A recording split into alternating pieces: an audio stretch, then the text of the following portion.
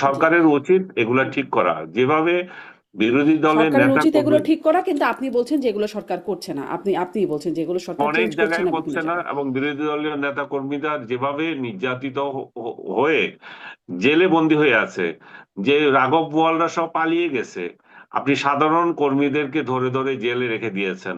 এই কর্মীগুলো এক একটা সাধারণ মানুষ বের হতে 8-10 লাখ থেকে কোটি টাকা খরচ করতে হচ্ছে এদেরকে।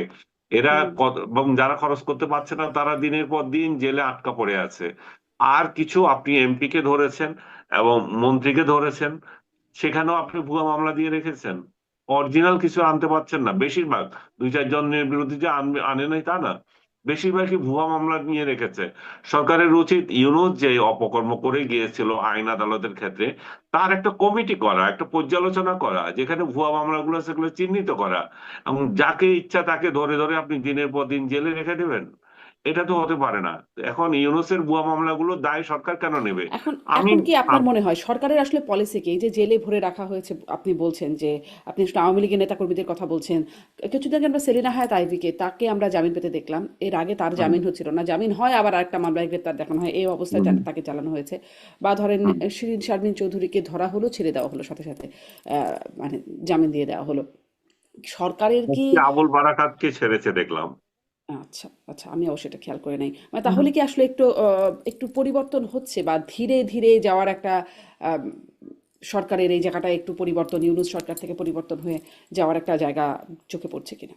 না, আমি সরকার যে এটা এটা ডেলিভারিটলি করছে সেটারও আমি প্রমাণ পাচ্ছি না। আমি দেখছি যে এখানে যে টাকা ইনকামের যে চক্রটা ছিল, জেলখানা, পুলিশ এবং প্রসিকিউশন, এই যে আইন আইন বিভাগ, সবগুলো মিলে যে টাকা টাকা কামানোর যে প্রক্রিয়া, সেই চক্রটা এখনো ভাঙতে পারে নাই সরকার। সরকার যে ইচ্ছাকৃতভাবে কাউকে মুক্তি চিহ্নিত যারা নেতা নেত্রী আছে তাদের বেলা ভিন্ন, কিন্তু বাকি যারা আছে মনে করেন সাধারণ লোক যেগুলো বের হতে পারছে না, এই ক্ষেত্রে যে সরকার যে এদের এদের এদের ব্যাপারে ইয়ে দিয়ে রাখছে, আমি সেটাও সবসময় মনে করি না। কয়েকজনের জন্য মনে করি, কারণ দেখা যাচ্ছে তারা গেলেই একটা থেকে মামলা মুক্তি পেলো। মনে করেন মেয়র পর্যায়ে একজন ব্যক্তি বা উপজেলা চেয়ারম্যান পর্যায়ে একজন ব্যক্তি, সে কি এমন শক্তিশালী হয়ে গেল?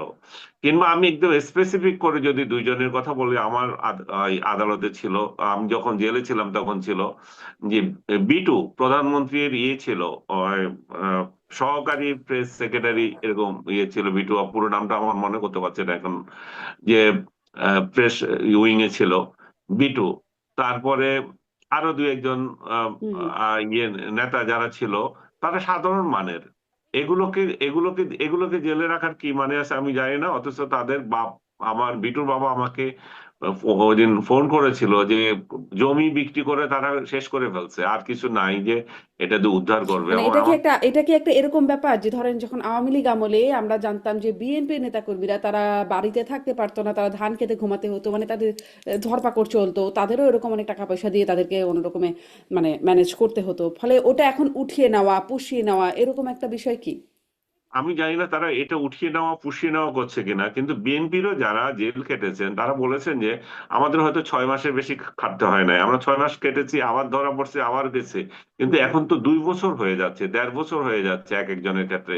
এখানে কোনো যখন চিহ্ন থাকছে না, তাহলে আইনের শাসন কিন্তু এখানে প্রশ্নের মুখোমুখি হচ্ছে। আপনি মামলা, আমার আমার বিরুদ্ধে তো 2টা মামলা আছে, মামলা তো চলবে মামলার মতো, কিন্তু হুম। আপনি তার যে জামিন পাওয়ার যে একটা অধিকার, সে অধিকার থেকে তারা বঞ্চিত হচ্ছে। এই বঞ্চনার দিকটা সরকার এবং আইন বিভাগ এবং মানবাধিকার সংগঠনগুলো জি, এখানে আমি মনে করি যে দৃষ্টিপাত করা উচিত, নতুবা নিশ্চয়ই। এই বদনামটা সরকারের উপরে যাচ্ছে। সরকার যে ইচ্ছাকৃত করছে সেটাও আমার বিশ্বাস হচ্ছে না। আমার মনে হচ্ছে এখানে কোনো একটা চক্র, যে যেটা আগে বলছিলাম যে এই চক্র যারা টাকা ইনকাম করার বিষয়ে জড়িত আছে, একটার পর একটা মামলা দেবে, টাকা নেবে এবং টাকা সরকার বেশি দিয়ে ইচ্ছাকৃত দেবে। না করলে, সরকার যদি ইচ্ছাকৃতভাবে নাও করে, সরকার ইচ্ছা করলেই তো এটা পরিবর্তন করতে পারে। তাই নয় কি অবশ্যই পারে, সরকার? সেটাই আমি হ্যাঁ। চাচ্ছি যে সরকার এই জায়গাটা নজর দিতে হবে, নতুবা জি, আইনের শাসন এখানে প্রশ্নবিদ্ধ হচ্ছে। জি, স্পষ্ট। আমি যারা মোস্তফা ফিরোজ, আপনার কাছে কয়েকটা প্রসঙ্গ আসলে চলে আসলো, এই যে হিরো বানানোর যে প্রক্রিয়াটার কথা বলা হচ্ছে, সেটি একটু ওখান থেকে আসি, তারপরে যদি সম্ভব হয় একটু এই যে জেলখানার প্রসঙ্গেও, মানে জেলখানাগুলোতে জায়গা নেই, রাজনীতি কর্মীরা তারা ভরে গেছে সব। আহ, ওসমান হাদিকে পাঠ্যসূচিতে আগামী বছরে 2028 শিক্ষাবর্ষের পাঠ্যক্রমে রাখা হচ্ছে তার বীরত্ব গাথা। একটা প্রশ্ন উঠছে যে তিনি আসলে তার বীরত্ব গাথাটা কি, মানে তাকে আমরা বেশ তেজোদীপ্ত বক্তব্য, বেশ গালাগালি ইত্যাদি শুনতাম। খুব ভালো কবিতা আবৃত্তি করতেন, নজরুলের কবিতা আবৃত্তি করতে শোনা গেছে তাকে। মানে তাছাড়া মানে খুব বীরত্ব গাথা কি আছে তার? এই প্রশ্ন তো আমারও। আমি এটা মনে করি যে এটা এর চাহিদাও থাকতে পারে। তো তাদের যদি থাকে, মানে তারা তো আসলে তাদের তো জীবিকা এখন, তারা তো রাজনীতিবিদই, তারা কি করবে তাদের বাসাবাড়ির চাহিদাগুলো? জামাত ইসলাম হচ্ছে একটা বিশাল একটা মানে খুবই সম্পদশালী লিমিটেড কোম্পানি। তাদের এই জন্যই তো তারা খুব কনফিডেন্টলি মানে আহ, আমার এখনো মনে আছে সোহরাওয়ার্দী উদ্যানে তারা বলেছিল যে তাদের গাড়ি বাড়ি প্লট কিচ্ছু লাগবে না, মানে হুম, পারলে তাদের যে সুবিধা আছে সেই সুবিধা তারা দিয়ে দেবে। এখন দেখা যাচ্ছে যে শেখ হাসিনার আমলে পার্লামেন্ট, এই যে ভেজাল পার্লামেন্টের সদস্যরা মিলে তাদের হাউস কমিটিতে যে সমস্ত সুযোগ সুবিধা বাড়ায় নিছে, তাতে মনে হচ্ছে যেন এটা একটা পার্মানেন্ট জব। সেই জবের সমস্ত ফ্যাসিলিটিস গুলো তাদের তো এখন লাগবেই, পারলে আরো বেশি এখন লাগবে। এই মানসিকতাটা প্রকাশ পাইলো, কোনোভাবে প্রকাশ পাইলো না যে নির্বাচনের আগে তারা যে কথাটা বললো যে তাদের কিছুই লাগবে না। কিছুই না লাগলে কি করবে? তাহলে জামাত তার নিজের কোম্পানি থেকে সেগুলো সরবরাহ করবে এবং আরো প্রয়োজনে 300 এমপির বাড়িতে সেগুলি সাপ্লাই দেবে। সেটাই তো হওয়ার কথা। তো সেখানে উল্টা এই কথাগুলো প্রকাশ পেয়ে যাচ্ছে। হ্যাঁ, এটা একটু চতুরতা হওয়া উচিত ছিল, যেটা স্পিকার বললেন যে এটা হাউস কমিটিতে বলাই ভালো ছিল, এভাবে পার্লামেন্টে হুম, আনা মানে এটা অন্য অর্থ। উনি বুঝতে পারছেন যে এটা তো মিডিয়াতে চলে আসবে, ফলে তাদের ভিতরের খোলস গুলো বের হয়ে আসবে। তো উনি ধামা চাপা দিতে চাইলেন, কিন্তু ততক্ষণে পর্যন্ত তো বের হয়ে গেল এবং আন্দালি পার্থ এটা আরো উন্মোচন করে দিলেন। তো হুম, এই কারণে বলছি যে ওনারা বিপ্লব করবেন কি করবেন, এটা তো চেহারাটা চেনা হয়ে গেছে। তারা তাদের স্বার্থে আহ ক্ষমতার স্বার্থে যতটুকু করা দরকার ততটুকু তারা করবে। এবং অবশ্যই তারা কি করবে, তারা তো এখন স্বপ্ন দেখে যে বাংলাদেশের এই যে গণতান্ত্রিক কাঠামোর বদলে তারা একটা ইসলামী তন্ত্র তারা এখানে কায়েম করবে এবং এক ধরনের সাম্প্রদায়িক ধর্মীয় বিষ বাষ্প এখানে ছড়াবে। এটাই তাদের রাজনীতি। এই রাজনীতির খোলসটা থেকে তারা বের হয়ে আসছে না। এই জন্য দেখেন পার্লামেন্টে মাথা ঝুঁকে সম্মান জানানো, হুম, এটাকে বলতেছে শিরকের সাথে তুলনা করা। মানে এরকম আরো বক্তব্যগুলি যদি ইয়ে করেন, হুম, পর্যালোচনা করেন, তাদের বোঝাই যাচ্ছে যে তারা আসলে গণতান্ত্রিক রাজনীতির সাথে কোনোভাবেই যায় না। অথচ গণতন্ত্র এটা হচ্ছে তাদের একটা ঢাল। আসল এটা হলো যে তারা আফগানিস্তান টাইপের একটা ইসলামিক রাষ্ট্রের স্বপ্ন দেখে। কারণ ওইটা ছাড়া জামাত ইসলাম কিন্তু টিকতে পারবে না। কারণ বাংলাদেশের এই ভূমি, বাংলাদেশের জন্ম, বাংলাদেশের সংগ্রাম সবই হচ্ছে গণতন্ত্রের জন্য। ফলে গণতন্ত্রের এই পাদপীঠে এখানে ইসলামী রাজনীতি, ধর্মীয় রাজনীতি, সাম্প্রদায়িক রাজনীতির কোনো স্থান নেই। কিন্তু তারা সেটাই চর্চা করছে যতক্ষণ না পর্যন্ত আমাদের নিরীহ মানুষ, সাধারণ মানুষ, ধর্মভীরু মানুষ, তাদের আবেগকে পুঁজি করে তারা এই রাজনীতিটা করছে। সুতরাং এইটা যেহেতু এর বেসটা অত্যন্ত দুর্বল, সুতরাং আমার ধারণা যে এটা কথার কথা হবে, মানুষকে আরো সে উত্তেজিত করবে। এবং দুর্ভাগ্যজনক হচ্ছে যে পাশের প্রতিবেশী পশ্চিমবঙ্গের এই পরিবর্তনটা আমাদের এই দেশের সাম্প্রদায়িক রাজনীতির জন্য আরেকটু বিপজ্জনক হয়ে গেল। জি। সেই এই এই সংকট তো এই আছেই। মানে পাশের দেশের রাজনীতি বা রিজিওনাল এবং ইন্টারন্যাশনাল একটা রাজনীতির বিষয় একটু আপনার কাছে আসবো। আমি এই ঠিক সুনির্দিষ্ট এই বিষয়ে আনিস আলমগীরের কাছ থেকেও জানি যে জামায়াতের আমিরের বক্তব্য আপনার কাছে কেমন মনে হলো, বা আপনার বিশ্লেষণ কি এটা নিয়ে? এবং সেই প্রসঙ্গটি মুস্তাফা ফিরোজ আনলেন যে সংসদে যে বিষয়গুলো আসছে, আসলে ফ্রিজ, ওয়াশিং মেশিন ইত্যাদি কথা আসছে, আবার কখনো বা মোতাবিয়া প্রসঙ্গ চলে আসছে। মানে আমরা তো এটা নিয়ে আগেও আলোচনা করেছি যে জাতীয় সংসদে প্রতি মিনিটে 1,62,000 টাকা থেকে 2,72,000 টাকা পর্যন্ত খরচ হয়, ট্রান্সপারেন্সি ইন্টারন্যাশনাল বাংলাদেশ বলছে। মানে এত টাকা খরচ করে এই রকম কেউ ফ্রিজ, ওয়াশিং মেশিন চায়, কেউ আবার 47 জন মুক্তিযোদ্ধা পরিবারে বাবা শহীদ হয়েছে আবার ফিরে আসছে, মানে এই ধরনের কথাবার্তা সংসদে। আপনার কাছে সংসদটাও কেমন মনে হচ্ছে? জামাতের পারফরমেন্স ভালো হচ্ছে না। যে কোনো যেভাবেই হোক তারা যে একটা বিরোধী দল সেটা সংসদে বোঝা যায় না। কারণ একটা বিরোধী দল সংসদে যা কিছু করার, যে সমস্ত বক্তৃতা রাখার, জনস্বার্থ দেখার, তারা কিছুই দেখছে না। তারা সেখানে ভেজা বিড়ালের মতো মাঝে মাঝে কিছু কথা বলে যেগুলো কোনো আহ জনস্বার্থে যায় না। এখন পার্লামেন্টে তো ফ্লপ পার্টি হিসাবে তারা দেখাচ্ছে, বাইরে এসে কিছু বাকোয়াজ বক্তৃতা দিচ্ছে যেটা আবার জনগণ নিচ্ছে না এখনো। তারা এখনো সেই জুলাই সনদ নিয়ে আছে, সেই আরো আরো আরো যে গণভোট নিয়ে আছে। এগুলো তো জনগণের মাথা থেকে চলে গেছে। তো যখন উনি চলে গেছে, তখন জামাতের আমির আজকে খুলনাতে যে জনসভা হলো সেখানে বললাম আমরা জানি সহজে কানে পানি ঢুকবে না, সিরিঞ্জ দিয়ে পানি ঢুকাতে হবে, নতুবা সেভাবে পানি ঢুকবে। আর যদি ফয়সালা সংসদে না হয় তাহলে সেখানে কথা বলতে মাননীয় স্পিকারকে বলতে হয়, এখানে কোনো স্পিকার লাগে না। যে খুলনার মাঠ, বরিশালের মাঠ, কুমিল্লার মাঠ, সিলেটের মাঠ, চট্টগ্রামের মাঠ, ময়মনসিংহের মাঠ, রংপুর, মোট কথা সারা বাংলাদেশের মাঠে মাঠে তারা এগুলো আগ্নেয়গিরি গড়ে তুলবে। এই আগ্নেয়গিরির দাবানলে সমস্ত আবর্জনা পুরো ছারখার হয়ে যাবে। তো এগুলোতে এমন এক পরিস্থিতি মনে হয় সৃষ্টি হয়েছে বাংলাদেশে, যে যুদ্ধ অবস্থা তৈরি হয়েছে, সেই জন্য এই সমস্ত বয়ান। কিন্তু বাস্তবে কি তাই আছে? বাস্তবে তো জামাত আর বিএনপির যে রাজনৈতিক অবস্থান, সেখানে তো এক চুলও অন্যদিকে নাই। তারা তো এক সুরে কথা বলে। তারা এবং তার জামাতের আর একটা ছোট পার্টি যেটা আছে এনসিপি, তারা তো একই সুরে কথা বলছে পার্লামেন্টে। এবং তারা দুই দলই পারলে আওয়ামী লীগকে নিঃশেষ করার ক্ষেত্রে যে সমস্ত ফর্মুলা প্রয়োগ করে, যে সমস্ত কথাবার্তা বলে, আওয়ামী লীগকে দাঁড়াতে দেবে না, আওয়ামী লীগ সম্পর্কে তাদের যে মূল্যায়ন, সবগুলো তো একই। তো যখন একই পরিস্থিতি বিরাজ করছে সংসদে, তো একটা বিরোধী দলীয় ইমেজ বাড়ানোর জন্য কিছু কথা বলতে হবে। আর বাইরে মানুষকে একটু চাঙ্গা করা যায় কিনা, যে সমস্ত ট্যাবলেট ওনারা গিলাতে চাচ্ছেন সেগুলো মানুষ খায় কিনা, কারণ মানুষ তো এগুলো ইলেকশনের আগে যেগুলো শুনেছিল, ইলেকশনের পরে মানুষ এগুলো তো, ইলেকশনের আগেও ইভেন গণভোট নিয়ে মানুষের কোনো মাথা ব্যথা ছিল না, জুলাই সনদ নিয়ে কারো মাথা ব্যথা ছিল না। মানুষ চেয়েছিল একটা পরিবর্তন, ইউনূসের দুঃশাসন থেকে একটু রক্ষা পাওয়া। ইউনূস যে বাংলাদেশকে একটা ঝঞ্ঝাল তৈরি করে দিয়েছে, একটা প্রতিহিংসার দেশ তৈরি করে দিয়েছে, ভাই ভাই মারামারি তৈরি করে দিয়েছে, ঘরে ঘরে মারামারি তৈরি করে দিয়েছে, সেটা থেকে একটা ট্রানজিশন চেয়েছিল।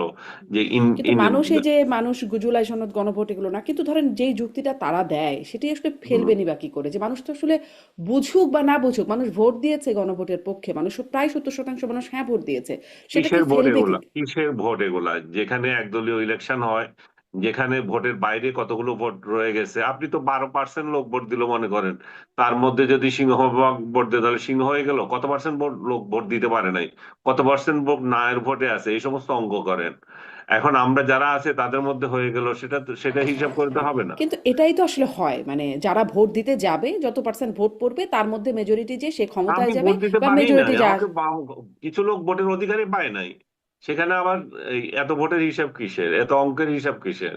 আর সবচেয়ে বড় কথা হচ্ছে, এটা এটা মানতে হবে কি কারণে, এটাতে কি আপনি আছে? ভোট দিতে পারেন নাই আনিস আলমগীর, আপনি ভোট দিতে পারেন নাই? আমি তো জেলেই ছিলাম। ও আমি আপনার কথা, দুঃখিত, আপনি তো, আমার কথা বাদ দেন আপনি। আমি ভোট দিতে পারি, আপনি তো মানে জেলেই শত শত ছিলেন। হাজার হাজার লোক ভোট দিতে পারে নাই। বা এই দেশে তো এটা তো ইনক্লুসিভ ইলেকশন হয় নাই, এটা তো একদলীয় ইলেকশন হয়েছে।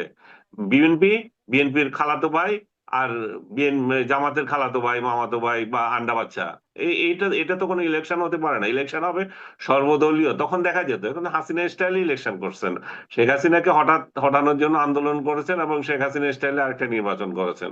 তো তাতে কি আসে যায়? তো এখন তো এগুলাতে যখন কিছু হচ্ছে না, তখন একটু জনগণকে তো চাঙ্গা রাখতে হবে, সমর্থকদেরকে তো চাঙ্গা রাখতে হবে।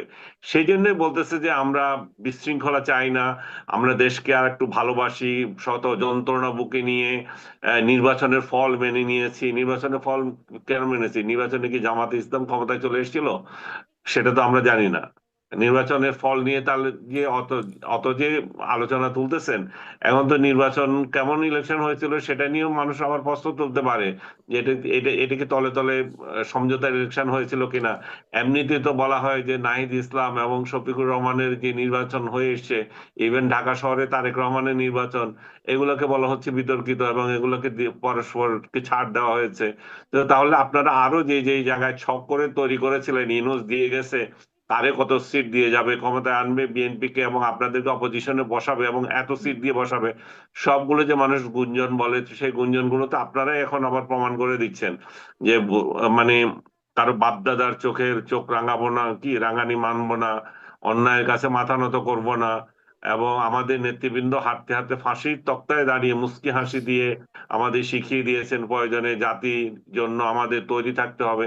অ্যাজ ইফ বিপ্লব ঘটে যাচ্ছে যে এখন, কিন্তু মানুষের সাড়া শব্দ নাই এই বিপ্লবে। জি। মানে এই যে জামাত ইসলাম যেন ক্ষমতায় চলে যাচ্ছিল কিনা আপনি একটা কথা বলেন। আমি একটুখানি এই প্রসঙ্গে যাব, কিন্তু আমার সংসদ নিয়ে আরেকটু প্রসঙ্গ আছে জনাব মোস্তফা ফিরোজ, যে জামাত ইসলাম ক্ষমতায় চলে যাচ্ছিল কিনা। সম্প্রতি মানে পদচ্যুত সাবেক প্রধানমন্ত্রী শেখ হাসিনা তিনি বললেন যে ভোটের আগে বিএনপির নেতাকর্মীরা আওয়ামী লীগের নেতাকর্মীদের কাছে ধর্ণা দিয়েছেন, হাতে পায়ে ধরেছেন, এবং আওয়ামী লীগের নেতাকর্মীরা ভোট দিয়েওছেন জামাতকে ঠেকাতে। মানে এই কথাটা খুব কানে লাগলো যে জামাতকে ঠেকাতে তারা এটা করেছেন। মানে আসলে যে ভোটের আগে আওয়ামী লীগের কাছে জামাত বিএনপি উভয় দলই গেছে, জামাতের আওয়ামী লীগের যারা ভোটার ছিল তাদের ভোট পাবার জন্য, এটা আমরা দেখেছি। কিন্তু জামাতকে ঠেকাতে যে আওয়ামী লীগের নেতাকর্মীরা আসলে বিএনপির পক্ষেও কাজ করেছে, এটা বলছেন সেই দলটির নেত্রী। জামাতকে আসলে এত অপ্রতিরোধ্য হয়ে উঠেছিল যে জামাতকে ঠেকাতে আওয়ামী লীগ বিএনপিকে কোথাও কোথাও একাট্টা হয়ে যেতে হলো। জামাতের উত্থানটা তো আসলে বিস্ময়কর, যেখানে তাদের মানে হিসাব অনুযায়ী 8টা 10টা আসন পাওয়ার কথা, অনেকটা এনসিপির মতন, সেখানে তারা এই 70 72 বা 77টা আসনে চলে যাওয়া, এটা তো বিশাল একটা মানে উত্থান। তো এই উত্থানটার মানে আওয়াজটা মানে মনে হয় যেন ক্ষমতায় চলে যাচ্ছে এরকম একটা অবস্থা। আর এটা সত্য, শেখ হাসিনা ঠিকই বলেছেন যে যখন দেখছে যে এই শক্তিটা চলে আসবে, তখন আহ, আওয়ামী লীগ সহ সকল প্রগতিশীল শক্তি, গণতান্ত্রিক শক্তি, ছোটখাটো যার যার অবস্থান থেকে সবাই, তখন বিশেষ করে সংখ্যালঘুরা, তারা বিএনপি কে ভোট দিয়েছে। এটা সত্য, এই পরিসংখ্যানটা সত্য। কারণ বিএনপি তার নিজের ভোটে আহ, আহ, এই এই মানে মানে এই বিজয়ের এই মাত্রায় তারা পৌঁছাইতে পারতো না যদি আওয়ামী লীগ সহ অন্যান্য শক্তিগুলোর যদি সাপোর্টটা না থাকতো। তাহলে চিত্রটা হয়তো ভিন্ন রকম হলেও একদম আরো মানে একটা ঝুলন্ত পার্লামেন্টের মতন অবস্থা হয়তো দাঁড়ায় যেতে হুম। পারতো। তো এটা সত্য, এবং এটা তো আমরা মাঠ পর্যায়েও দেখেছি, খোঁজ নিয়েছি নিজের নির্বাচনী এলাকা, সেখানেও দেখেছি যে আওয়ামী লীগের নেতা কর্মীরা ঝুঁকি নিয়ে, জীবনের ঝুঁকি নিয়ে তারা নেমেছে। হ্যাঁ, কিছু অংশ স্থানীয়ভাবে বিশেষ করে তৃণমূলে কিছু কিছু জায়গায় তারা, যেহেতু আওয়ামী লীগ বিচ্ছিন্ন কোন ট্র্যাকের মধ্যে নেই, তখন তারা ওই অঞ্চলের হয়তো সুবিধা অনুযায়ী জামাতের নেতাদের বিশ্বাস করে তাদেরকে ভোট দিয়েছে। কিন্তু সামগ্রিকভাবে যদি বলেন, দলগত অবস্থান এবং সামগ্রিক বিচারে এবং শেষ মুহূর্তে আহ, আওয়ামী লীগের নেতা কর্মীরা বিএনপিকে ভোট দিয়েছে, এই ব্যাপারে কোনো সন্দেহ নেই। হুম, হুম। একটু সংসদের প্রসঙ্গে যেটা নিয়ে কথা বলছিলাম সেটা প্রসঙ্গে একটু আসি, যে মানে এই বক্তব্যগুলো, বিশেষ করে ওই বক্তব্যটা নিয়ে অনেক ট্রল হলো প্রথমে, যে সংসদ সদস্য আব্দুল মুন্তাকিম তিনি বললেন জামাতের, তিনি শহীদ, তার বাবা শহীদ হয়েছেন মুক্তিযুদ্ধে, তার দাদা শহীদ হয়েছেন, তার পরিবারের 47 জন মুক্তিযোদ্ধা, মা অন্যতম মুক্তিযুদ্ধের সংগঠক। পরে দেখা গেল তার বয়স আসলে, বাবা 71-এ শহীদ হলে তার বয়স মানে 10 বছর পরে তিনি জন্মেছিলেন। এটা নিয়ে আলোচনা যখন হচ্ছিল তখন দেখা গেল তার বাবা আসলে বেঁচে আছেন। মানে জামাত তো বলেছিল যে মুক্তিযুদ্ধের সঠিক ইতিহাস লিখবে। এরকম কি একটা মানে চিত্র তাদের সঠিক ইতিহাসের? মানে এই বক্তব্যগুলো আসছেই বা কেন? কেন মুক্তিযুদ্ধে এত বীরত্ব কথা প্রমাণের প্রয়োজনীয়তা মনে হচ্ছে? না, এইটা মানে কি বলে, দেখেন এইসবের মধ্য দিয়ে কিন্তু আমি এই জন্যই বলছি যে জামাতের অনেক কিছু প্রকাশ পেয়ে যাচ্ছে। এই সংসদে আসলো, জনসমক্ষে যখন নাকি তারা বক্তব্য দেওয়া শুরু করলো, তখন প্রতিটা কথা মানুষ বিশ্লেষণ করা যখন শুরু করলো, তখন তো ইয়ে হলো, যার মানে 81 সালে আহ, জন্ম, সে কিভাবে মানে তার বাবা মুক্তিযুদ্ধে অংশগ্রহণ করে, এই সন্দেহটা আসলো। শহীদ হয়, শহীদ হয়। হুম। তারপরে তার দাদা, বাবা মুক্তিযুদ্ধ, 47 জন, এবং সে নিজেও জুলাই যোদ্ধা। মানে তাদের মধ্যে তো এক ধরনের মানে অপরাধ বোধ কাজ করে, এবং তারা বিব্রত থাকে যখন কি তারা স্বাধীনতা মুক্তিযুদ্ধ বিরোধী বলা হয়। এই জন্য ওইটাকে কাটানোর জন্য তারা নিজেরাও মুক্তিযুদ্ধ, তারা নিজেরাও স্বাধীনতা সংগ্রামে অংশ নিয়েছে, এই কথাগুলি বলে। এবং দেখবেন জামাতের কোনো কোনো নেতাদের নামের আগে অধ্যাপক এই কথাগুলো লেখা আছে, অথবা ডাক্তার। কিন্তু হিসাব করে দেখবেন যে কোনো বড় কোনো আহ, মানে কি বলে হয়তো শিক্ষকতা করেছে অল্প কিছুদিন কলেজে, শিক্ষকতা করলেই অধ্যাপক হয় না। অধ্যাপকেরও একটা লেকচারার থেকে একটা তার পদবি অনুযায়ী একটা সিনিয়রিটি উপর বেসিস করে এই অধ্যাপক হয়, কিন্তু অবলীলায় মানে 2 মাস চাকরি করছে সেটাও অধ্যাপক হয়ে যাচ্ছে। এইগুলো হলো মিথ্যাচার করে একটা ধর্মের একটা লেবাস নিয়ে তারা এই রাজনীতিটা করছে, এবং তার এখন প্রকাশটা কিন্তু সংসদেও কিন্তু ঘটে গেল খুব, মানে ওই যে পর্দা কাহিনী নিয়ে মাইক্রোওভেন, ওয়াশিং মেশিন, হুম। তারপরে এই যে মুক্তিযোদ্ধার যে বিবৃতিটা দিল, এটা স্লিপ অফ টাং হয় কি করে? এত বড় একটা বিবৃতি, একটা শব্দ, 2টা শব্দ স্লিপ অফ টাং হয়, কিন্তু পুরো একটা মানে গোছানো বক্তব্য সেটা স্লিপ অফ টাং হয় কি করে? তার মানে কি পরিমাণ মিথ্যাচার! একবার চিন্তাও করেনি যে এইগুলো মানে কোশ্চেন হবে, এগুলো নিয়ে তদন্ত হইতে পারে, তো তারা এগুলি করে যাচ্ছে। আমির হামজার মতন একটা গাঢ় ওয়াজ মাহফিলের মিথ্যাচার করে বেড়ায়, এই লোককে তারা নমিনেশন দেয়। মানে কি না করতেছে! মানে তারা গত নির্বাচনে আহ, জয়ের জন্য হুম। এক হিন্দু ভদ্রলোক ওই সাতক্ষীরা অঞ্চলে, সেখানেও তাকে দিল। এ বেচারারা হয়তো প্রাণের ভয় চিন্তা করছে যে ঠিক আছে, এখানে হলে হয়তো সংখ্যালঘুদের উপর অত্যাচার হবে না। যাদের আদর্শ হচ্ছে ইসলামী শাসন কায়েম করা, সেখানে একজন হিন্দু ভদ্রলোককে কিভাবে নমিনেশন দেয়? আবার দেখেন ঠিকই ওই আহ, জামাতের নারীদেরকে মানে কি বলে নমিনেশন দিল না প্রত্যক্ষ ভোটে, কিন্তু আবার সংরক্ষিত আসনে তারা আবার নমিনেশন দিচ্ছে। মানে কোনোটার সাথে মিল নেই। তুমি যদি এমপি পদেই যদি না দাও, তাহলে প্রত্যক্ষ ভোটে দিলা না কেন? সংরক্ষিত আসনে কেন দিচ্ছ? তো জামাতের প্রত্যক্ষ এগুলি ভোটের জন্য হিসাব নারীরা করে দিলাম। প্রস্তুতি ছিল না তাদের। তারপরে প্রত্যক্ষ দেখেন ভোটের জন্য নারীরা প্রস্তুত ছিল না, কিন্তু সংরক্ষিত আসনের জন্য তত প্রস্তুতির দরকার হয় না। আহ, এটাই তাদের এটা কারণ। এটা এটার জন্য প্রস্তুত, তাহলে ওটার জন্য মানে নীতিগত অবস্থানটাই খুব গোলমেলে। তারপরে হুম। দেখেন পররাষ্ট্র বিষয়ক একজন মাহমুদুল ইসলাম না কি জানি, তাকে ফরেন লিখে দিল তাকে পররাষ্ট্র মন্ত্রণালয়, তাকে পররাষ্ট্রমন্ত্রী করার জন্য সরকারকে। মানে সব বললাম না, তাদের সবকিছুই চাই। মানে ক্ষমতায় না আসার পরও তাদের যে অ্যাটিটিউডটা, গাড়ি বাড়ি সবকিছু তাদের লাগবে। এবং আপনি মনে আছে যে যখন নাকি আসনাত আব্দুল্লাহ বললেন যে গাড়ির কথা, যে উপজেলা পরিষদে তাদের পক্ষ যখন থাকবে তাহলে গাড়ি না কেন, তখন তিনি বললেন যে ছোটদের আবদার শুনতে হয়, রাখতে হয়। এইগুলি কি ধরনের কথাবার্তা? জনগণের টাকা অর্থ নিয়ে আপনি এই ছোটদের আবদার মেটাবেন? এটা কি হইলো? এটা কি আপনার পকেট থেকে দিচ্ছেন, নাকি আপনার তহবিল থেকে দিচ্ছেন? এই এই দ্বিচারিতা, মিথ্যাচার সবকিছু মিলায় জামাতের যে রাজনীতিটা, এবং এটা ভালো হয়েছে, মানুষ দেখলো যে বিরোধী দলে আহ, অবস্থান নিয়েও তাদের যে পারফরমেন্স, তাদের যে বক্তব্য, তাদের যে সততা, সেগুলো এখন মানুষকে ভাবাবে যে তারা আর আর আর একটু সঠিকভাবে। সরকারি দলের প্রসঙ্গ আসি, আমি আনিস আলমের কাছ থেকে এসে আপনার কাছে আসি। তাদের কাছে দেখা যাচ্ছে যে তাদের তার মানে ছেলের নামে ইউনিয়নের নাম হয়ে যাচ্ছে। কেউ কেউ আবার মানে এই যে একটু আগে বলছিলাম অপ্রাসঙ্গিকভাবে বিভিন্ন বক্তব্য টুনে আনছেন, যে আপনি বাজেট নিয়ে এত সমালোচনা করছেন। একজন সংসদ সদস্য বলেন মাওলানা মামুনুল হক, তিনি বাজেট নিয়ে অনেক সমালোচনা করেছেন, কিন্তু আপনি তো মুতা বিয়ে করেছেন আর কি। তো মুতা বিয়ের সাথে বাজেটের সম্পর্ক কি? মানে এরকম কথাবার্তা যে বলছেন, সরকারি দলের পারফরমেন্সই বা আপনার কেমন মনে হচ্ছে জনাব আনিস আলমকে? সরকারি দলের পারফরমেন্স তো এখানে একাই মেসি গোল দিচ্ছেন। স্বরাষ্ট্রমন্ত্রী স্বরাষ্ট্রমন্ত্রী একাই মেসির ভূমিকায় আছেন, উনি খেলছেন, পুরো মাঠ ওনার দখলে। এখানে অন্যদের পারফরমেন্স এভাবে চোখে পড়ছে না। বরং একজন যার কথা বললেন, স্থানীয় সরকার প্রতিমন্ত্রী শাহে আলম, প্রথমবারের মতো মনে হলো যে এই 4 মাসের মধ্যে সরকারি দলের কোনো সাবজেক্ট নিয়ে যদি বিব্রতকর অবস্থায় পড়তে হয় তাদেরকে, তাহলে সেটা হচ্ছে শাহ আলমের ঘটনা।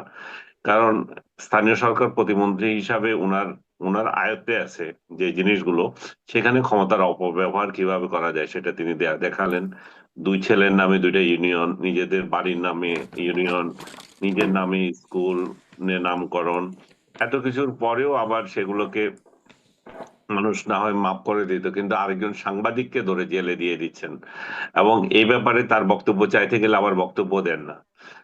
এই তবে একটা জিনিস এখানে পজিটিভ আছে যে প্রধানমন্ত্রী এখানে হস্তক্ষেপ করেছেন, এবং তার 2 ছেলের নামে যে ইয়ে করার কথা ছিল বা অন্যদের নামেও হতে পারে, অনুমোদন দেন। আমি যেটা দেখলাম এটা বাতিল করতে বলেছেন। তো এটা একটা দিক। কিন্তু কথা হচ্ছে যে আমরা শেখ হাসিনার আমলে শেখ হাসিনার আত্মীয় স্বজন নামে নামকরণ নিয়ে এত মানে বিতৃষ্ণা হয়ে গেছিলাম, যে এত বিরক্তি প্রকাশ করেছি।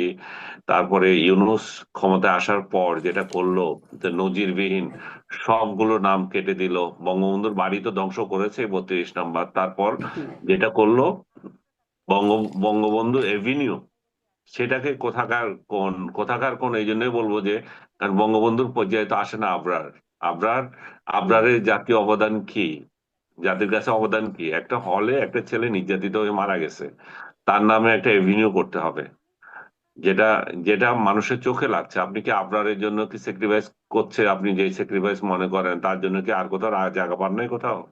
সেটার জন্য ইয়ে করতে হবে আপনার, বঙ্গবন্ধুর নামেই চেঞ্জ করে দিতে হবে। বঙ্গবন্ধুর নামে একটা এভিনিউ আছে, সেটা দিতে হবে। বঙ্গবন্ধুর নামে আপনার যদি এত খায়েশ থাকে, তো জিন্নার নামে দেন না। এখন তো জিন্নার সরকার চলতেছে। আপনার আপনার আমলে তো জিন্নার সরকারই চলেছিল। আমি ইউনূসের আমলের কথা বলতেছি। তার আমলে তো জিন্নার সরকারই ছিল। পাকিস্তানি প্রেতাত্মা তার উপর ভর করেছিল। পাকিস্তানি প্রেতাত্মা ভর করেছিল যে, বলে বাংলাদেশের ইতিহাস, ঐতিহ্য, স্বাধীনতার স্থপতি থেকে শুরু করে স্বাধীনতার যুদ্ধে আর যারা যারা অবদান রেখেছে, তাদেরকে হেয় করা যত পারে পাবে, মুক্তিযোদ্ধাদের হেয় করা, স্বাধীনতার স্মৃতিগুলো নষ্ট করা, সবগুলো তো ইউনূস করেছিল। এবং এবং তার ধারাবাহিকতায় সে বঙ্গবন্ধু এভিনিউর নাম চেঞ্জ করে আবরারের নামে দেয়। হুম। আবরার শিবিরের শিবিরের একজন সহযোগী ছিল বলে পরিচিত ছিল, তাকে ছাত্রলীগ নির্যাতন করেছিল বলে অভিযোগ উঠেছিল, এবং শেখ হাসিনার সরকারেই যারা নির্যাতন করে অভিযোগ ছিল, তাদের প্রত্যেককে ফাঁসি এবং যাবজ্জীবন সাজা দিয়ে গেছে। তাদের তো পক্ষে আবার দাঁড়িয়েছিল জামাতের শিশির মনির।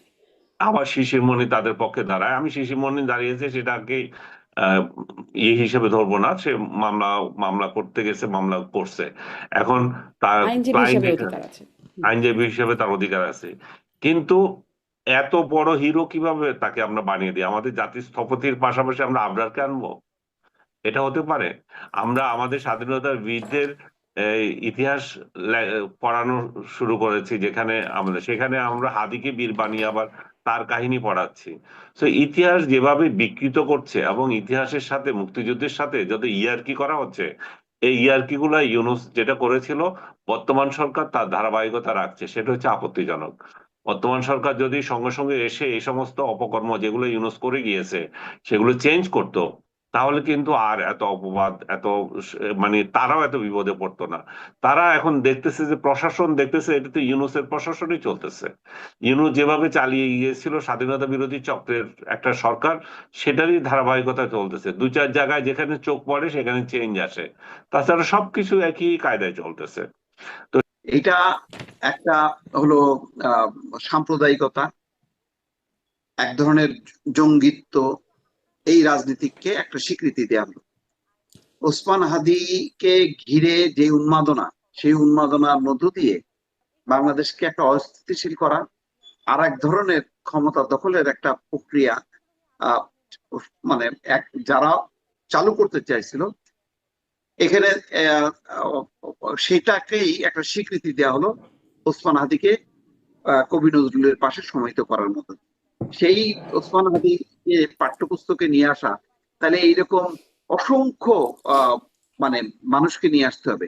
তাছাড়া এটা কোনো যুক্তিসঙ্গত না। এইটার ব্যাপারে আহ সরকারকে আরো চিন্তা ভাবনা করা উচিত। এবং এখানে যেহেতু কোনো মবের বিষয় নেই, সুতরাং আরো যুক্তিসঙ্গত ভাবে শিক্ষাবিদদের সাথে আলোচনা করে তাহলে সব মবের দল, বিষয় নাই, তাহলে আসলে কিসের বিষয় আছে জনাব মোস্তাফিরুজ? আমি মানে মব আমি নাই। আমি এটা বুঝতেছি না। এটা এক ধরনের পপুলার, এটা মনে করতেছে যে ওসমান হাদির ব্যাপারটা কিছুটা স্বীকৃতি যদি না দেওয়া হয়, তাহলে হয়তো সরকারের আহ, জনপ্রিয়তাটা, গ্রহণযোগ্যতাটা প্রশ্নবিদ্ধ করবে। এটাও অনেকে হয়তো একটা রাজনীতি করবে তার প্রতিপক্ষ, যারা জামাত এবং অন্যান্য শক্তি, এই কারণেই হয়তো এটাকে বিবেচনা করছে। কিন্তু কিন্তু এগুলো ধরেন এখানে একটা বিবেচনা খুব মানে একটা প্রশ্ন জাগে যে ওসমান হাদির বিষয়ে তাকে, তার হত্যাকাণ্ড সেই বিষয়ে যে তদন্ত, সেখানে ধরেন মমতা বন্দ্যোপাধ্যায়ের যে বিস্ফোরক মন্তব্য, একদম সেই দেশের কেন্দ্রীয় স্বরাষ্ট্রমন্ত্রীকে সরাসরি অভিযুক্ত করে বললেন, তারপরে তো কেউ কিছু বলল না। মানে এতই যদি করছে। মাহাত্ম্যপূর্ণ, এতই যদি ইমোশনাল জায়গা হয়ে থাকে, না সরকার বলল পরাজিত প্রার্থীর বক্তব্য, না জামাতে ইসলাম কোনো রকম টু শব্দ করলো এটা নিয়ে, বা এনসিপি টুকটাক বললেও সেটা নিয়ে তারা সরব হওয়া, মানে তখন যা দেখেছিলাম প্রথম আলো, ডেইলি স্টার, উদীচী সব একদম তাল সেটাই গোল চালিয়ে সেই ভেঙে দাও। কিছুই হাদি হয়নি। মঞ্চটা কোথায় গেল? হাদি মঞ্চের এরা কারা? এরা তো আসলে তো ছিল জামাত শিবিরেরই কর্মীদের দ্বারা পরিচালিত একটা সংগঠন। এরা কেন সেই শাহবাগে জমায়েত হলো না? তারপরে হাদির সেই স্লোগান গুলো সামনে নিয়ে এসে কেন স্লোগানে সবাইকে উজ্জীবিত করলো না? এটাও আমার কাছে রহস্য মধ্যে রয়ে গেল।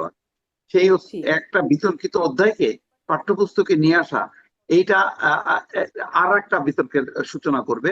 এবং আবারও হয়তো মানে কালের প্রবাহে দেখা যাবে যে এই পাঠ্যপুস্তক সংশোধন করতে হচ্ছে। পুরো বিতর্কিত একটা চ্যাপ্টার, এই চ্যাপ্টারটাকে যত পাশে রাখা হবে ততই ভালো। বরং যেটা আপনি বললেন, এইটা আমি গুরুত্ব দেই, যে ওসমান হাদি হত্যার রহস্যটা উন্মোচন করা। কিন্তু আমি দেখছি না যে সাম্প্রতিক সময় এইটা নিয়ে খুব বেশি তোড়জোড় আছে, বা সংসদেও পর্যন্ত এই নিয়ে কোনো আলাপ আলোচনা গুলি আমি দেখছি না। বিরোধী দল মনে হচ্ছে যেন রুমিন ফারানা কেন্দ্রিক। বিরোধী দল জামাত ইসলাম হওয়ার কথা, কিন্তু এখন মনে হচ্ছে যে না, বিরোধী দল হচ্ছে রুমিন ফারানা। তো রুমিন ফারানা কিছু স্বতন্ত্র সদস্যকে নিয়ে একটা দল করলে কিন্তু দেখা যাবে যে এটাই প্রধান বিরোধী দল হয়ে যাচ্ছে। তো সেটা কেন করছে না, এটা আবার প্রশ্ন। তো আসলে খুব রহস্যজনক। এরা কোন কোন পয়েন্টে দেখা যাচ্ছে সরকার এবং বিরোধী দল তারা একদম নিশ্চুপ থাকছে। হুম। তারা এটা নিয়ে সেগুলো আমরা নিয়ে অনেক কিছু কথা লক্ষ্য বলেছি, করছে যেমন না। আপনি বাণিজ্য দেখেন চুক্তি, এই যে পুশিন, সেটা নিয়ে এই আমরা, পুশিন হ্যাঁ, যে জি জি, না মানে পুশিন বলছিলাম যেমন নিয়ে, বাণিজ্য চুক্তি আমরা এটা নিয়েও বাণিজ্য কথা বলেছি যে চুক্তি, বাইরে এত তারপরে কথা, পুশিন, সংসদে চুপ। এখন সবচেয়ে দেখেন সীমান্ত এলাকা দিয়ে একটা যুদ্ধ পরিস্থিতি। ভারত একতরফা তার মতন করে লোক ঢুকাচ্ছে যেগুলি বাংলাদেশি, মানে যৌথভাবে যাচাই বাছাই কোনো স্কোপই নেই। এত বড় একটা চাপ, যেখানে প্রতিদিন দেখা যাচ্ছে বিভিন্ন পয়েন্টে বিজেপি এবং স্থানীয় জনগণকে নিয়ে প্রতিরোধ গড়ে তুলতে হচ্ছে, এবং যে কোনো মুহূর্তে একটা অপ্রীতিকর ঘটনা ঘটে দিতে পারে। বিএসএফ হয়তো সাহস হচ্ছে না, অথবা বিএসএফ ধৈর্যের পরিচয় দিচ্ছে, কিন্তু বিজেপি কতক্ষণ পর্যন্ত এই সামাল দেবে এই এই পুশিন ঠেকানো নিয়ে?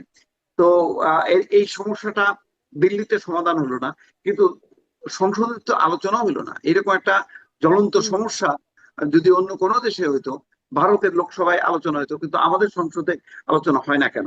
বিরোধী দল কেন নিশ্চুপ থাকে? এটা আমি বুঝতে পারি না। আর সরকারি দল কেন কি মানে তারাও কি করে, তারা তো দায়িত্বে আছে মানে। জনাব আনিস আলমগীর, আপনার কাছেও একটু আসি যে এই বিষয়গুলো কেন সংসদে সেভাবে গুরুত্ব পাচ্ছে না, আলোচনা হচ্ছে না? এগুলো তো অনেক গুরুত্বপূর্ণ বটেই।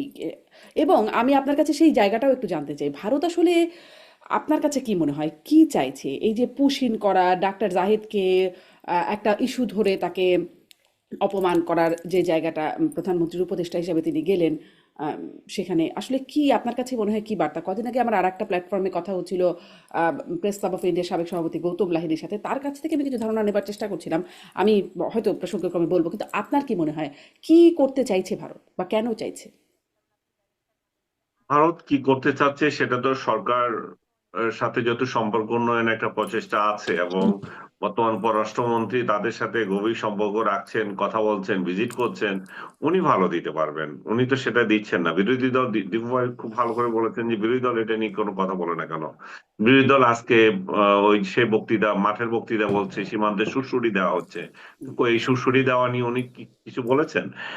বাংলাদেশে যদি নাগরিক কেউ থেকে থাকে বাইরে, বিদেশে বা ভারতে, তো তারা যদি বাংলাদেশকে সেই নাগরিকদের পাঠিয়ে দেয়, তাহলে সেই নাগরিকটা কি আমাদের না সেই পরীক্ষা করে আমরা নিয়ে আসবো?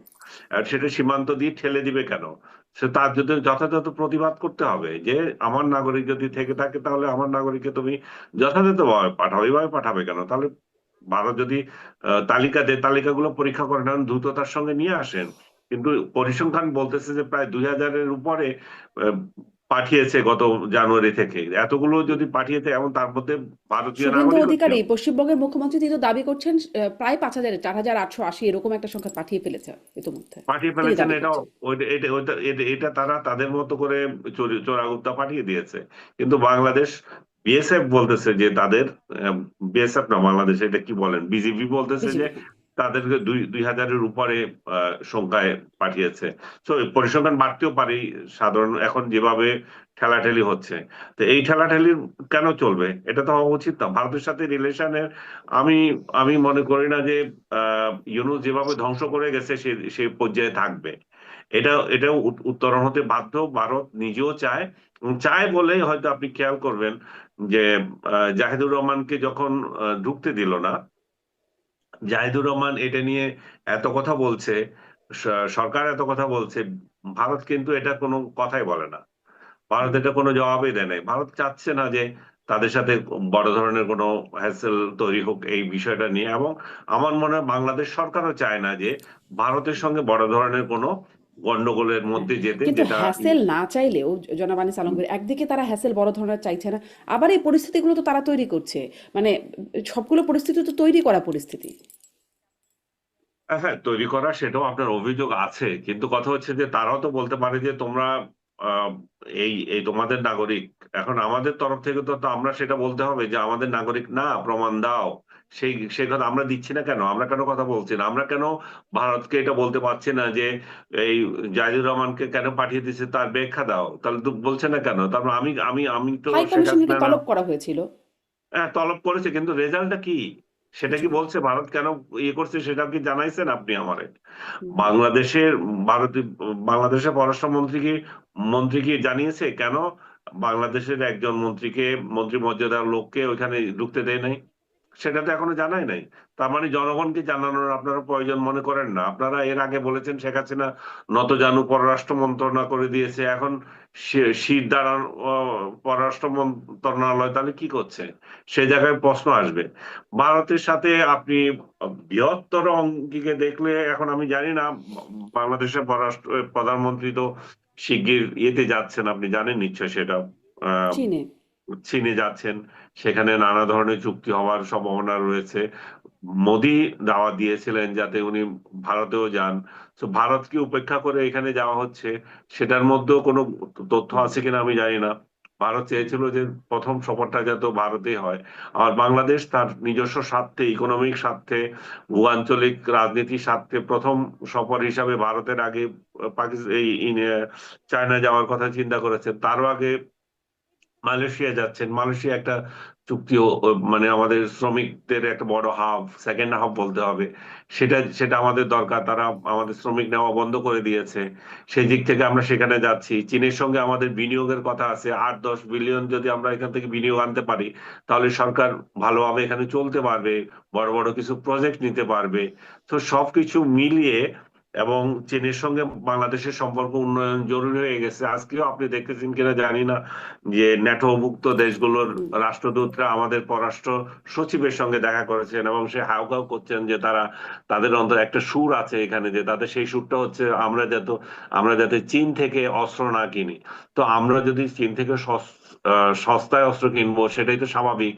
চীনের থেকে কিছু কিনে আমাদের বিমান বাহিনীতে যুক্ত হবে। পাকিস্তান থেকেও আনার কথা শুনছি।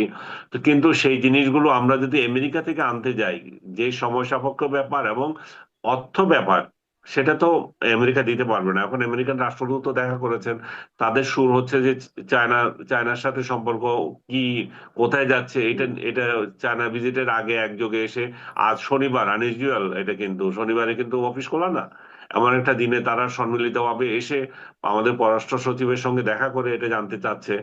এবং বাংলাদেশ যাতে হুম। চীনের সাথে ওইভাবে না ভিড়ে যায়, সে একটা হুম। প্রচেষ্টা আছে। ভারতের তরফ থেকেও থাকতে পারে সেটা। তো জি। ভারতের সঙ্গে সম্পর্ক উন্নয়ন আমাদের অপরিহার্য। ভারতকে উপেক্ষা করে আমরা কিছু করতে পারছি না। ভারতের সঙ্গে জি। সম্পর্ক খারাপ করারও প্রয়োজন আছে, আমি আসলে সেখানেও সরকারও একটু, ভাবে না। জি, হুম। সেখানেও আমি একটু পার্সোনালি মনে আপনার করি না। আপনার এই প্রসঙ্গটা থেকে আমি একটু আসছে যে মানে ভারতের সাথে কূটনীতিটা কি আমাদের যথাযথ হচ্ছে কিনা, মুস্তফা ফিরোজ, আপনারও কি মনে হয় যে আহ, হচ্ছে না। ধরুন এই যে চীনে যাচ্ছেন প্রথমে, মানে মানে ভারতের আগে চীনে যাচ্ছেন প্রধানমন্ত্রী, বা হুম। তার আগে আমি যে বলছিলাম যে গৌতম লাহিড়ীর সাথে আমার যে কথা হচ্ছিল, তিনি বলছিলেন, যিনি আসলে প্রতিনিয়ত পররাষ্ট্র মন্ত্রণালয়ের খোঁজ খবর রাখেন বা তাদের সাথে কথা বলেন, তাদেরকে প্রশ্ন করেন, তিনি বলছিলেন যে ব্যাপারগুলো এরকম যে এই পুশিন বা ডক্টর জাহিদকে কেন এরকম অপমান অপদস্থ করা হলো, এগুলো আসলে একটা চাপে রাখার কৌশল ভারতের। সেটি মানে বাংলাদেশে পাকিস্তানি গোয়েন্দাদের আনাগোনা বেশি বা পাকিস্তানের সাথে হৃদ্যতা বেশি, এই যে ভারতকে উপেক্ষা করে চীনে যাচ্ছেন, আম, এই এই বিষয়গুলোকে তারা আমলে নিচ্ছে এবং এটার কারণে অন্যান্য জায়গা থেকে চাপগুলো আসছে এবং বাংলাদেশকে এখন তারা বন্ধুত্বের নজরের বাইরে তারা আসলে নিরাপত্তার নজরে দেখছে, কড়াকড়ি ভাবে দেখছে বাংলাদেশের ব্যাপারটা। এরকম একটা এটা বিশ্লেষণ আমি আমার শুনতে পাচ্ছিলাম। এটাতে দ্বিমত করার কারণ নাই। যে কথাগুলো আছে সেটা তো চলমান আছে, এবং সেটা যে বর্তমান সরকার আমলে শুরু হয়েছে তা না, সেটা তো ইউনূসের আমল থেকে শুরু হয়েছে, এবং বর্তমান সরকার হচ্ছে যে তার বোঝা নিচ্ছে, ইউনূসের অপকর্মের বোঝা নিচ্ছে। যে সম্পর্কটা যেভাবে ডেভেলপ করার কথা ছিল সেটা দ্রুত গতিতে হচ্ছে না। দ্রুত গতিতে না হওয়ার কারণ হচ্ছে যে পাকিস্তানের সাথে দরম মরম, ভারত সেন্সিটিভলি দেখে পাকিস্তানকে। পাকিস্তানের সাথে সম্পর্ক উন্নয়ন মানে হচ্ছে ভারতের সাথে সম্পর্ক ডিটেরিওরেট করা, এবং সেটা এটা নতুন না, সেটা আগে থেকেই ভারত এত কর্তৃত্ববাদী। হুম। ভারত বাংলা শেখ হাসিনার আমল পুরোটাই চেয়েছিল যে পাকিস্তানের সাথে বাংলাদেশের যাতে সম্পর্ক একেবারেই না থাকে, কিন্তু বাংলাদেশ যথাযথ পলিসি নিয়েছে, বাংলাদেশ সবার সাথে সুসম্পর্ক রাখবে, পাকিস্তানের সাথে কেন রাখবে না? পাকিস্তানের সাথে সম্পর্ক যেটা অবনতি হয়েছে সেটাকে অবশ্যই সেটাকে উন্নয়ন করতে হবে, হুম। কিন্তু এই উন্নয়ন যাতে ভারতের কনসার্ন না হয় সেটা আবার দেখতে হবে। এমন এমন জি। ইস্যুস তাদের মধ্যে নিশ্চয় আছে, আমি অত ডিটেলস তো বলতে পারবো না, সেগুলো তো খেয়াল রাখা, যেগুলো ভারতের কনসার্ন আছে সেই সেই জায়গাগুলো অ্যাভয়েড করা। আমাদের সম্পর্ক হুম। থাকবে, কিন্তু জি। আমরা যাতে প্রতিপক্ষ না হয়ে যায় সেটা খেয়াল করতে হবে। জি, অনেক ধন্যবাদ। আমি জনাব মোস্তাফিরোজ আপনার কাছ থেকে একটু এই ব্যাখ্যাটা শুনতে চাই। না, আমি একেবারে আরেকটা ভারতের। আমি আরেকটা বিষয়ে দীপু ভাইকে, আপনি যেটা বলেছিলেন, আমি দীপু ভাই কথাটা আহ, আমার মনে হয় যে দীপু ভাই কাভার করেননি, যে হাদির যে বিষয়টা টেক্সটে আসছে কেন। হুম। আপনি প্রশ্ন করেছিলেন আমরা একটু ভারতের মুক্তার। ইস্যুটা শেষ করে জনাব আনিস আলমগীর এটা নিয়ে তাহলে আমি আরেকবার একটু আপনার কাছে জিজ্ঞাসা করবো। হুম। আমি একটু ভারতের মানে কূটনীতিটা মোস্তাফিরোজের কাছে শুনে নিই। আহ, হুম। জি। দেখেন, এই যে ভারতের আজকে পররাষ্ট্র উপদেষ্টা বলছেন যে সহায়ক পরিবেশ হলে অবশ্যই প্রধানমন্ত্রী ভারত সফর করবেন। এই যে হুম। সহায়ক পরিবেশটা, এটা কে জি। তৈরি করবে? এটা তো ভারতই তৈরি করবে, তাই না? ভারত তো অলরেডি অনেকগুলো আহ, যে স্থলপথে বাণিজ্যের সুবিধাটা এটা বন্ধ করছে, এখনো ভিসা সহজ করেনি। তারপরে যে যেটা হলো সর্বশেষ কুশিন, হুম। তারপরে ডাক্তার জাহেদের ঘটনা, একের পর এক ঘটনা এগুলি ঘটাতে থাকবে। তারপরে সফরটা যে করবে, কি করবে? আপনি দিল্লিতে তো কুশিন বিষয়টা আলোচনায় আসলো, সমাধান হলো। তারা বললো যে না, তাদের আইনই আছে, তারা এইভাবে বহিষ্কার করবে। তো এটা এটা হইতে পারে একটা আইন? আপনি অবৈধ বা যদি কোনো বিদেশি থাকে, আপনি আইন অনুযায়ী আপনি আদালতে তুলবেন, আপনার কারাগারে নেবেন। আপনি ঠেলে হুম। পাঠাচ্ছেন, আপনি কি ঠেলে পাঠানোর আগে এই তালিকাটা কি বাংলাদেশের কাছে দিছেন যে আজকে এই 13 জন এই সীমান্ত দিয়ে যাবে, এবং এরা হচ্ছে বাংলাদেশের অমুক অমুক জায়গা? তখন বাংলাদেশ বলবে যে না, ঠিক আছে, এটা হ্যাঁ আমাদের কিনা। তারা যে মানে তারা নাকি পর্যবেক্ষণ 5 করবে। বছর আগে 2,500-এর উপরে বা 2,800 জনের মতো একটা তালিকা দিয়েছিল, সেই যাচাই বাছাই প্রক্রিয়া এখনো শেষ হয় নাই।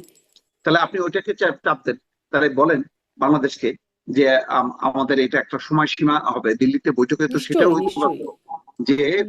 2 সপ্তাহ বা 1 সপ্তাহের মধ্যে এটা নিষ্পত্তি করতে হবে, এই মর্মে একটা চাপ দিতে পারতো। এই আলোচনায় তো গেল না, তারা তারা হুম। জোর করে ঠেলে পাঠাচ্ছে। আপনি চিন্তা করেন তো, এই যে আচরণটা বাংলাদেশের সাথে করছে তারা, সেই আচরণটা চীন, নেপাল, অন্য কোনো দেশের সাথে করতে পারবে? করতে পারবে না। তো এই এই ধরনের অবস্থার মধ্যে তারেক বা রহমান তার যেভাবে প্রথম। বাংলাদেশিদের সীমান্তে হত্যাকাণ্ডের শিকার হতে হয়, আর কারোর সাথে তো এইরকম ঘটনা ঘটে হ্যাঁ, নাই। জি জি জি, সেটি যখন অবশ্যই। সুসম্পর্ক, চরম সুসম্পর্ক শেখ হাসিনা হ্যাঁ, আমলে, তখনও করেছে তারা। হুম। হ্যাঁ, এবং হাসিনার আমলে তো এগুলি তো যায় আসে না। বাংলাদেশের ওই সময় যদি প্রতিদিন 50-100 জনও যদি মারতো, তো এটা বলতো যে এটা নিরাপত্তার কারণে, চোরাচালানের কারণে, এটা আমাদের এখনো তো তাই বলছেন, স্বরাষ্ট্রমন্ত্রী এখন এক্সাক্ট তাই। একই রকম কথা রাইট, সে বলেছেন। কথা বলছে, হুম। রাইট, একই একই সত্য কথা। তো এইরকম একটা পরিবেশ পরিস্থিতির মধ্য দিয়ে মানে তারেক রহমান ভারতে গেলে কি হবে? মানে কি নিয়ে আসবে, ফিরবে কি?